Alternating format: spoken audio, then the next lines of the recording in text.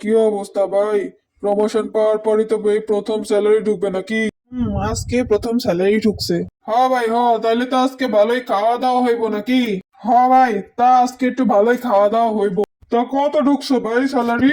50,000 ঢুকছে ভাই। তাহলে ভাই আজকে কত টাকা খাওয়াইতেছেন? ঠিক আছে, যখন এত করে বলতেছেন তখন না হয় 5,000 টাকা আজকে খাওয়াইলাম, চলেন। 1 মিনিট ভাই, আমার একটা ফোন আছে। আসসালামু আলাইকুম, মুদি দোকানদার ভাই। ভাই, আপনার মুদি দোকান বাকি আজকে 10,000 টাকা দেওয়ার কথা। ওকে ভাই, কোনো সমস্যা নাই, আমি এখনই পাঠাচ্ছি, এখনই। ভাই একটু হিসাব করেন তো, সব দিয়ে আমার কাছে কত টাকা থাকে? ভাই, 50,000 থেকে 10,000 দিলে তো থাকে 40,000 টাকা।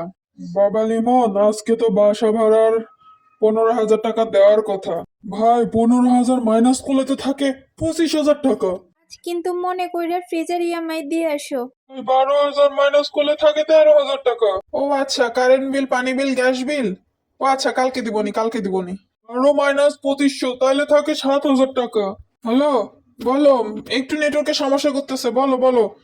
ও আচ্ছা, মাসিক বাজার লাগবে। হ্যাঁ, বলো বলো, আমি একটু লিস্ট করে নিই, বলো বলো।